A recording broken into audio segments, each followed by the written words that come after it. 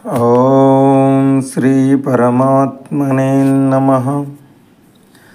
పార్థాయ ప్రతిబోధితాం భగవతా నారాయణేన స్వయం వ్యాసేన గ్రథితాం పురాణమునినాం మధ్యే మహాభారతం. అద్వైతామృతవర్షిణీం భగవతీం అష్టాదశాధ్యాయినీం అంబ త్వామనుసందదామి భగవద్గీతే భవద్వేషిణీ. నమోస్తు వ్యాస విశాలబుద్ధే పుల్లారవిందాయతపత్రనేత్ర येन त्वया भारततैलपूर्णः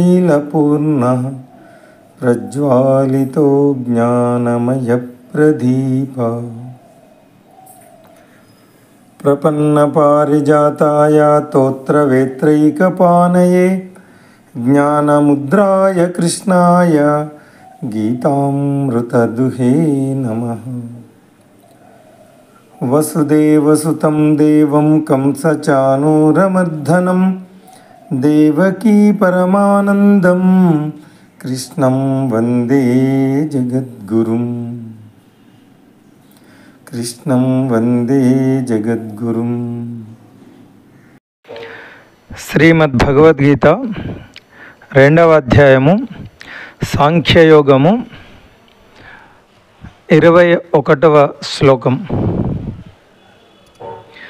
వేదా వినాశినం నిత్యం య ఏన మజమవ్యయం కథం స పురుష పార్థ కం ఘాతయతి హంతికం. ఓ పార్థ, ఆత్మ అనేది నాశనం చేయబడలేదు, నిత్యమైనది, పుట్టుకలేనిది, ఎన్నటికీ మార్పు చెందనిది అని తెలిసిన వ్యక్తి ఎవరినైనా ఎట్లా చంపును? ఎవరినైనా చంపడానికి కారణం ఎట్లా అవ్వగలడు? ఆధ్యాత్మికంగా ఎదిగిన జీవాత్మ మనచే చేయబడే కర్మలను చేసేది మనమే అన్న అహంకారాన్ని అణిచివేస్తుంది. ఆ స్థితిలో మనలో ఉన్న జీవాత్మ నిజానికి ఏమీ చెయ్యదు అని గమనించవచ్చు. అలాంటి ఉన్నత స్థాయికి ఎదిగిన జీవులు అన్ని పనులు చేస్తూనే ఉన్నా వాటి వల్ల కలంకితులు కారు. అటువంటి ఉన్నతమైన జ్ఞానోదయ స్థితికి తనను తాను ఉద్ధరించుకొని, తనను తాను అకర్తగా భావించుకొని, అహంకార రహితముగా బాధ్యతను విస్మరించక తన విధిని నిర్వర్తించమని అర్జునుడికి శ్రీకృష్ణ పరమాత్ముడు ఉపదేశిస్తున్నాడు. 22వ శ్లోకం. వాసాంసి జీర్ణాని యథా విహాయ నవాని గృష్ణాతి నరోపరాని తదా శరీరాని విహాయ జీర్ణ న్యన్యాని సంయాతి నవాని దేహి. ఎలాగైతే మానవుడు జీర్ణమైపోయిన పాత బట్టలను త్యజించి కొత్త బట్టలను ధరించునో, అదేవిధంగా మరణ సమయంలో జీవాత్మ పాత శరీరమును వీడి కొత్త శరీరమును స్వీకరించును. ఆత్మ స్వభావాన్ని వివరించడం కొనసాగిస్తూ శ్రీకృష్ణుడు పునర్జన్మ సిద్ధాంతాన్ని మనం చేసే రోజువారీ పనితో పోల్చుతూ పునరుద్ఘాటిస్తున్నాడు. వస్త్రములు చినిగిపోయి పనికిరాకుండా అయినప్పుడు మనం వాటిని వదిలివేసి కొత్త వాటిని ధరిస్తాం. కానీ ఈ ప్రక్రియలో మనం మారిపోము.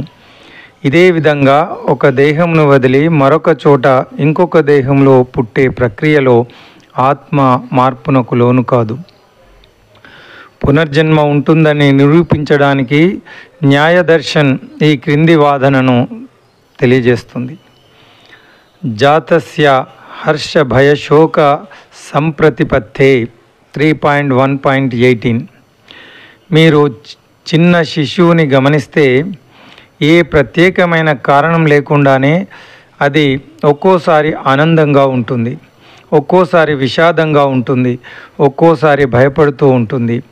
న్యాయదర్శన్ ప్రకారం ఆ శిశువు తన పూర్వజన్మను గుర్తు చేసుకుంటుంది, కాబట్టి ఈ భావోద్వేగాలను అనుభవిస్తుంది. కానీ ఆ శిశువు పెరిగే కొద్దీ ప్రస్తుత జన్మ మనోముద్రలు మనస్సులో బలంగా ముద్రించబడడం వలన అవి చాలా మటుకు గత జన్మ స్మృతులను తుడిచివేస్తాయి. అంతేకాక జనన మరణ ప్రక్రియలు ఆత్మకు ఎంత బాధాకరమైనవి అంటే అవి పూర్వజన్మ స్మృతులను చాలా మేర తుడిచివేస్తాయి. న్యాయదర్శన్ పునర్జన్మకి మద్దతుగా ఇంకొక వాదనను పేర్కొంటుంది. స్తన్యాభిలాషాత్ 3.1.21 అప్పుడే పుట్టిన శిశువుకి ఎలాంటి భాష తెలియదు. మరి అలాంటప్పుడు తల్లి తన స్తనాన్ని బిడ్డ నోట్లో పెట్టినప్పుడు శిశువుకి చనుబాలు తాగించడం ఎలా నేర్పాలి? కానీ అప్పుడే పుట్టిన శిశువు ఎన్నో పూర్వజన్మలలో జంతు జన్మలలో సైతం ఆయా తల్లుల స్తనాలు, చనుమనలు మరియు పొదుగుల నుండి కూడా చనుబాలు తాగి ఉంది. కాబట్టి తల్లి తన స్తనాన్ని శిశువు నోట్లో పెట్టినప్పుడు ఆ శిశువు తనంతట తానే గత అనుభవంతో చనుబాలు తాగడం మొదలు పెడుతుంది. పునర్జన్మ సిద్ధాంతాన్ని అంగీకరించకపోతే మనుష్యుల మధ్య ఉన్న అసమానత అనేది కారణం చెప్పడానికి వీలు కాకుండా మరియు అసంబద్ధంగా ఉంటుంది. ఉదాహరణకు, ఒక వ్యక్తి పుట్టుకతోనే గుడ్డివాడు అనుకోండి. ఆ వ్యక్తి తను ఎందుకు ఇలా శిక్షించబడ్డాడు అని అడిగితే తర్కబద్ధమైన సమాధానం ఎలా చెప్పాలి?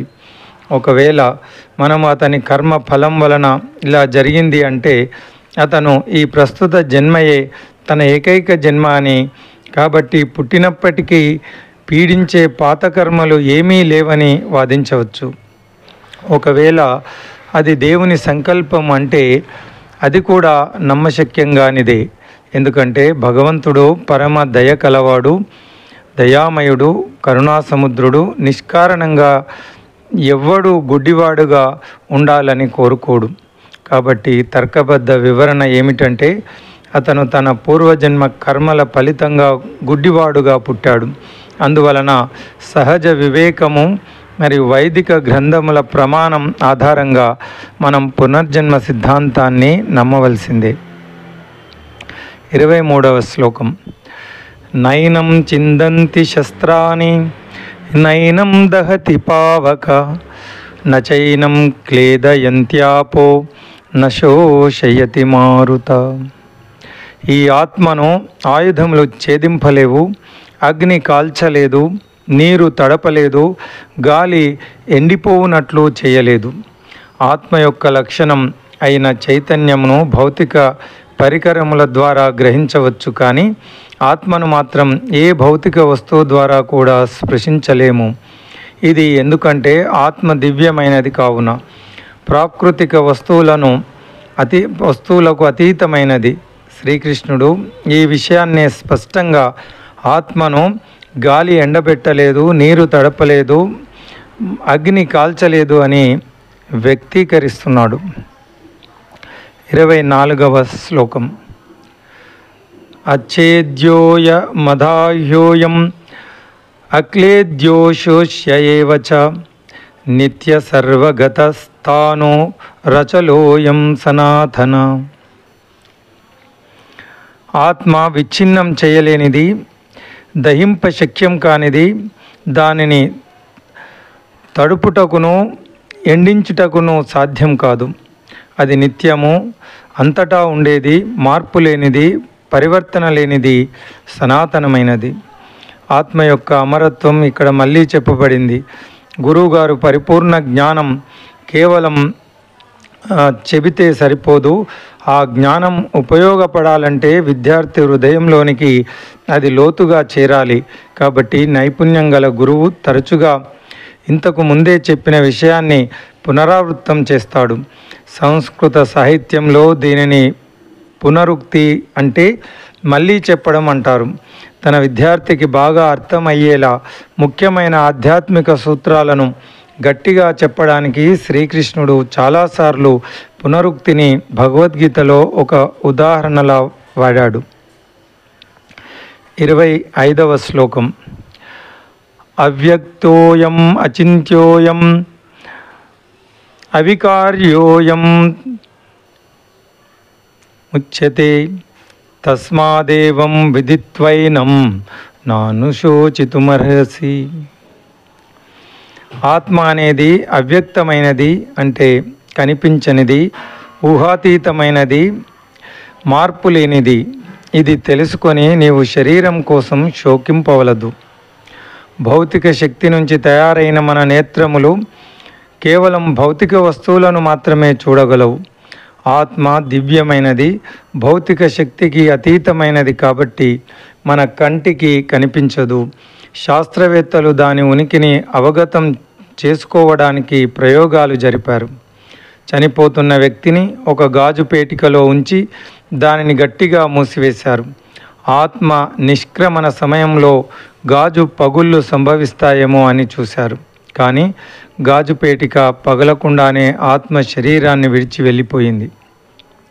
అత్యంత సూక్ష్మమైనది కావడం వలన తన కదలిక కోసం ఆత్మకి భౌతిక స్థలం అవసరం లేదు. భౌతిక శక్తి కన్నా సూక్ష్మమైనందువల్ల అది మన మనస్సు యొక్క ఊహకు అందనిది. కఠోపనిషత్తు ఇలా పేర్కొంటుంది: ఇంద్రియేభ్య పరాహ్యర్థ అర్థేభ్యచ్చ పరం మనసస్తు పరా బుద్ధిర్బుద్ధేరాత్మా మహాన్ పరా. ఇంద్రియాల కన్నా ఇంద్రియ పదార్థములు మించినవి. ఇంద్రియ పదార్థముల కన్నా మనస్సు సూక్ష్మమైనది. మనస్సు కన్నా బుద్ధి గొప్పది. బుద్ధి కన్నా సూక్ష్మమైనది ఆత్మ. ప్రాకృతిక మనస్సు భౌతిక విషయాలనే గ్రహించగలదు, అంతేకాని దివ్యమైన ఆత్మను దాని ఆలోచన శక్తి ద్వారా అందుకోలేదు. అందువలన ఆత్మజ్ఞానం తెలుసుకోవడానికి బాహ్య మూలాధారములు అవసరం. అవే శాస్త్ర గ్రంథాలు మరియు గురువు.